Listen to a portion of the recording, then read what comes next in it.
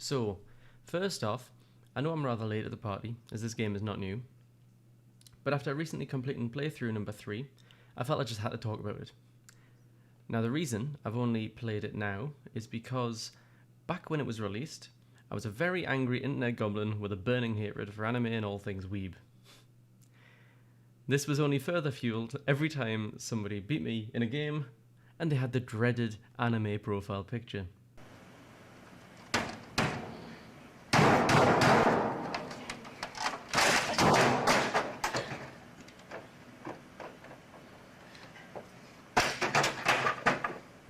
But after a while, that changed.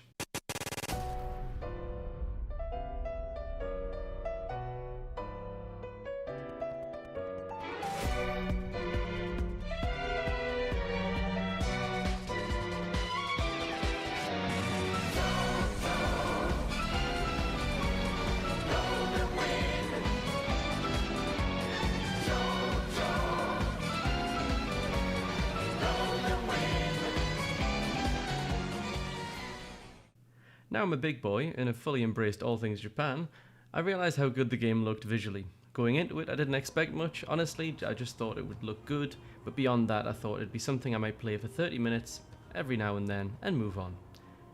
But oh boy, was I wrong. So, after playing for 14 hours straight on day 1, I realised, this is pretty good. From the beautiful scenery,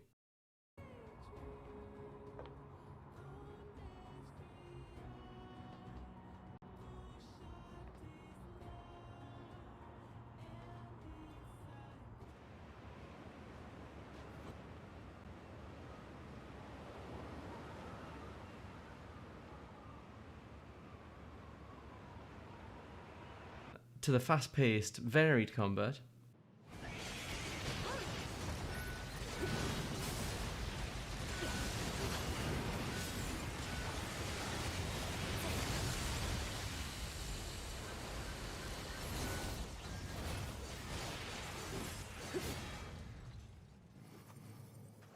the dark setting,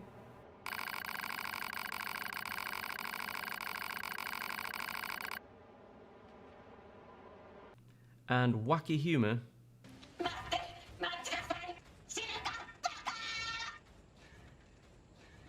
it was all great. The story takes place in a distant, post-apocalyptic future where the human race is nowhere to be found, after an alien invasion in the past forced them all to retreat to live on the moon, until one day they could take back Earth on their own. When the aliens invaded, they brought with them an army of semi-intelligent machines, all connected to a network like a hive mind, that went about slaughtering everyone they could find. Built for killing, that's all the machines should be able to do, but as you play through the game you will soon find out that in the long time since humans left, the machines have somewhat evolved. You play as an android created by an organisation known as Yorha, built just like the machines of the aliens, for killing, but specifically for killing machines so that humanity can one day come and reclaim the Earth for their own. Like the alien machines, these androids aren't supposed to have emotions, but that also didn't really work out. As just like you expect in any story, there are some elements of romance within it, alongside grief, joy, and every other emotion you would expect from a regular human. The game is meant to be played through at least 3 times as the story changes and grows each time you play through, and not just in small ways. Your third playthrough is entirely different to the first 2 in every possible way, taking place after the events of the first 2 playthroughs. When it comes to the combat, there are 3 separate systems that you will use throughout the game. First off is the standard ground combat, in which you will swing your weapons wildly, performing combos,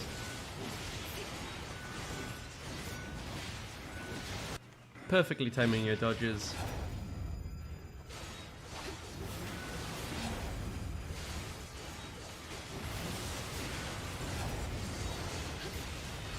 and using your little floaty friend called Pod to blast enemies away with ridiculous abilities.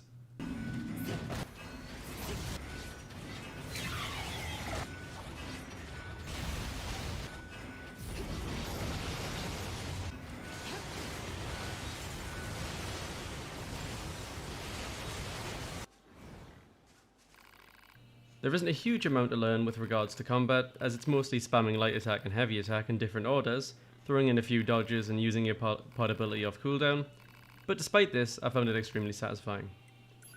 The next combat system, which is the first one you'll use, is the Big Mech flight suit. This combat is very similar in nature to the ground combat, however you will be repeatedly switched between flying forward, attacking everything in front of you, and hovering whilst attacking everything around you. I found this quite fun, however once I was into my second playthrough I'd very much wanted these segments to end as soon as possible as they felt quite stale and repetitive. The third and final combat system is the hacking system, which will unlock on your second playthrough of the game. This is more of a mini game than a fully fledged combat system, but it can and should be used to take down enemies, so I'm calling it a combat system. Within the hacking minigame, you pilot a little retro ship around a low poly world, destroying every black object until the core is exposed. And then you destroy that to complete the hack. Whilst you are doing this, you must avoid projectiles, avoid touching the danger blocks, they are glowing orange, which can be easier said than done.